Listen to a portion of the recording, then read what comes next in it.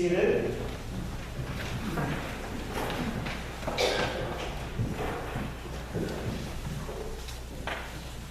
Good morning.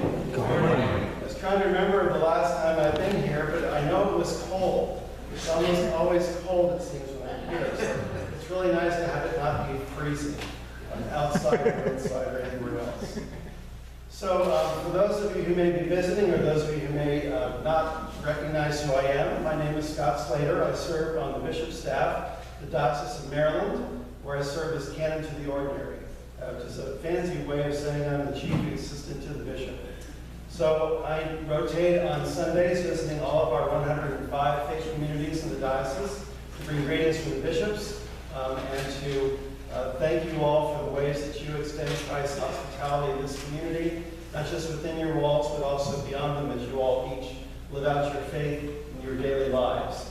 So thank you. That's sort of my official speech. But I know you all a little bit more than I know other congregations because of having worked with you the last few years during your transition of many clergy in different circumstances. So I'll talk a little bit more about that as I get further into the sermon.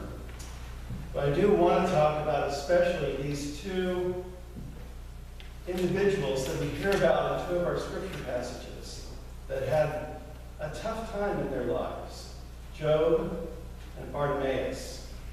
In our Old Testament reading, we hear the end of the Job story. Finally, we've been hearing this story for about 4 or 5 weeks, and it's not been very happy up until this point. So we finally hear that things resolve themselves.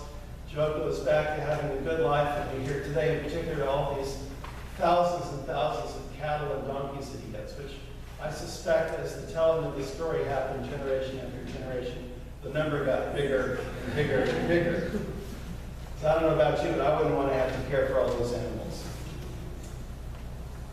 In any case, Job endured much heartache for so much of his life during this very tumultuous period. He had a lot of goodness before that, and he had goodness at the end. But first, he lost his wealth. After 3 messengers in a row arrived to tell him of the destruction of his livestock, then the sudden death of all of his children. And yet, through all of that, time after time, Job did not lose his faith. Then his health deteriorated even more. He had malignant ulcers from the sole of his foot to the top of his head. How descriptive. And yet again, Job didn't lose his faith.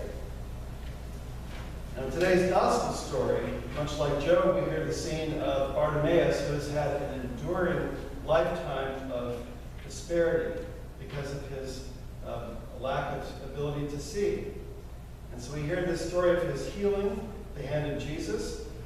And we also need to understand or believe that one of the reasons he was begging was because that was his only good option back in that day. If you were blind, you couldn't work. And so you had to sustain yourself through begging. There weren't surgeries available, there weren't medications, there weren't seeing eye dogs, there wasn't Braille with which to read. He couldn't even learn to read if he wanted to. A blind person was considered cursed, not just because of the disability, but because of the cultural feelings about people born with a disability. And so he was probably considered cursed because of some form of sin. Not necessarily his own sin, but perhaps the sin of one of his parents, or both.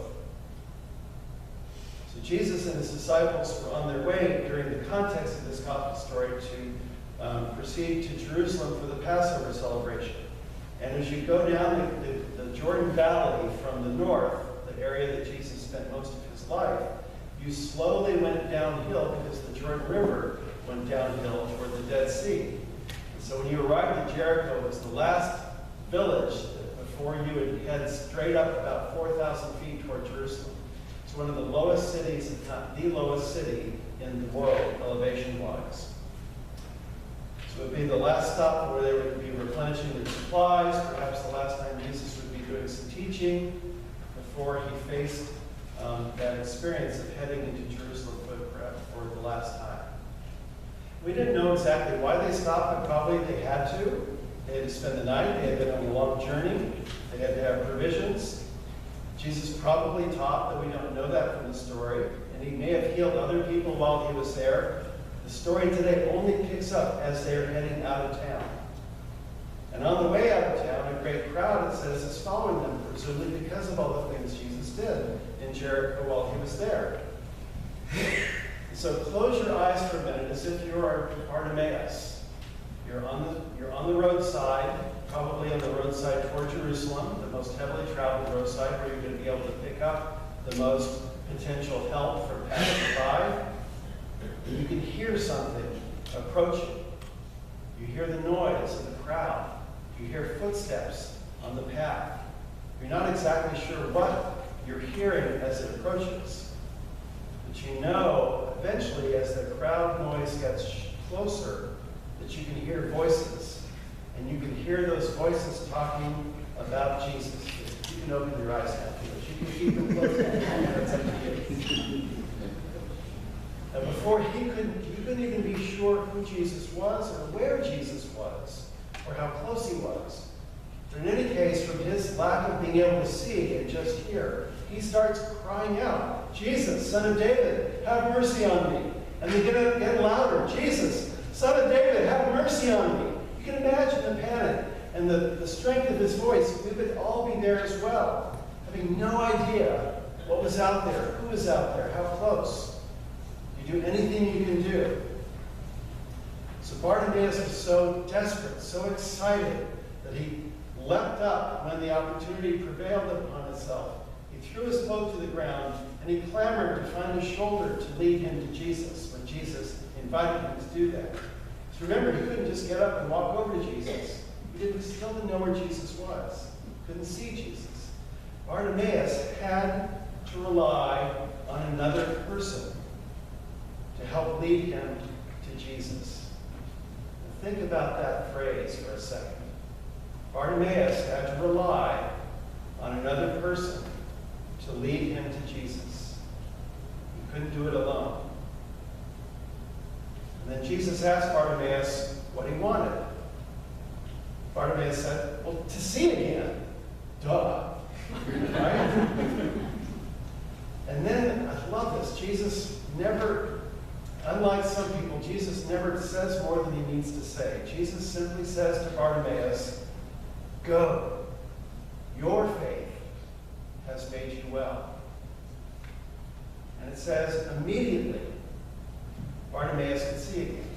He was healed. But then look what he did. It would be so easy to miss this last phrase in the gospel. Or better yet, let's think of what Bartimaeus didn't do. Bartimaeus didn't go. Jesus said, "Go, your faith has made you well." Bartimaeus didn't go. He could have. Jesus didn't ask him to do anything else. Jesus didn't ask Bartimaeus for anything in return. He just said, "Go." It's like, here's your life back. Here's the life you've never been able to fully experience. Take it and go. Enjoy the fruits of your healing. So Bartimaeus could do anything he wanted at this point. He could go, he could dance, he could learn to read, he could travel, whatever. He could have chosen to do all kinds of things. So many things that he could not have done before he was healed. But Bartimaeus chose to do one thing. He chose to take the gift that Jesus gave him and use it to follow Jesus. Today's to and redemption. We all are people of hope and redemption. We are all part of these stories, old as they are. We are all part of these stories because they are part of our salvation history, as we call it. A history that's been going on for thousands and thousands of years and will continue for thousands and thousands of years. We are all part of this story because we are all following Jesus as well in our daily lives. When Jesus encountered Bartimaeus on the road to Jerusalem, Jesus was on the move as well. Jesus was moving toward suffering, not away from it. Bartimaeus was healed, and in that moment he had a choice: to enjoy the fruits of new life through his restored sight, the easy road one might take, or to follow Jesus, the much more difficult road. But Jesus didn't ask Bartimaeus to follow him. Bartimaeus chose to do so. Bartimaeus chose to follow a path that would soon lead to more suffering. Bartimaeus didn't know what it was going to be like to follow Jesus. But Bartimaeus did it as an expression of his gratitude and his faith.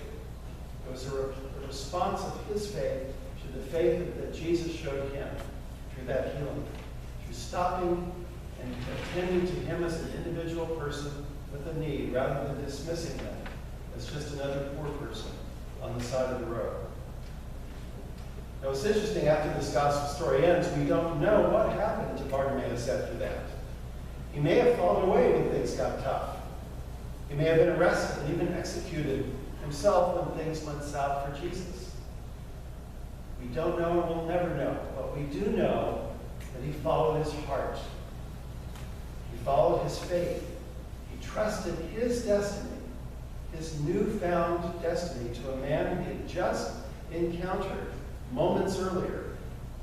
That is amazing faith.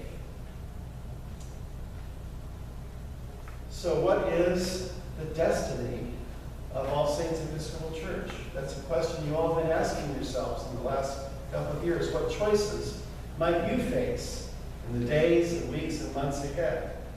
Are you willing to step into that uncertainty with a new eyesight of opportunity that God is revealing to you during this time of transition and uncertainty?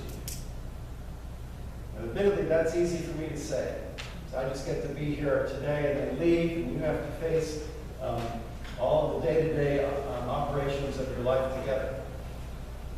But what I can say to you as I'm here today with you is that I really want to commend you all for the work you have done and for the ways that you have been open to new things in your midst. I want to commend you for welcoming the two consultants that met with you in the vestry last spring and walked with them through the reality of your circumstances and dreamed with them about the possibilities that lay ahead. I want to commend you for beginning to get to know your Lutheran neighbors down the street and fostering a relationship that may or may not result in deeper and lasting collaboration with them. I commend you for taking that risk, for deepening your own faith by having a heart for mission and not just maintenance. We all know that blindness can come in many forms, physical and spiritual. New sight comes in many forms as well. Bartimaeus took his new gift of sight and used it to follow Jesus and shared himself as part of Jesus' ministry in ways that we will never know how it turned out. Bartimaeus could have selfishly enjoyed the fruits of his new sight, and none of us would have blamed him for doing that. What will you here at All Saints continue to do with the sight you have been given for your future life? What may be continuing to hinder your ability to see and hear what God wishes for you in the near future? For you to hear more clearly how the Spirit wants you to take new directions.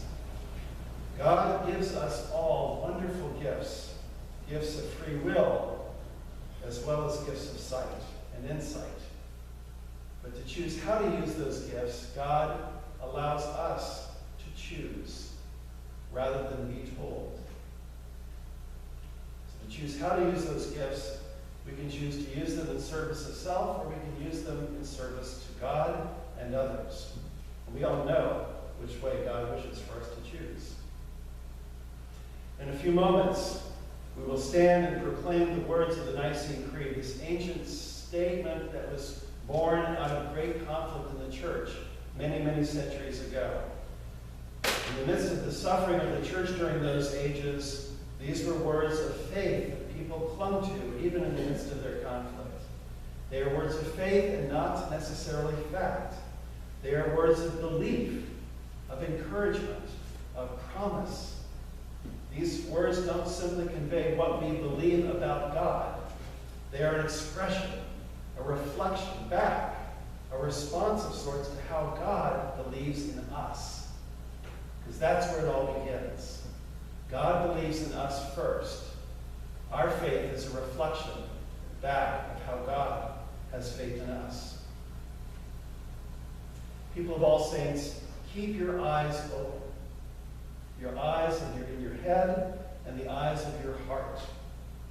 As you continue to follow Jesus on this uncertain and unpredictable journey that our presiding bishop calls the Jesus movement, be open to new places that God will take you. Because our faith is not one of sitting still.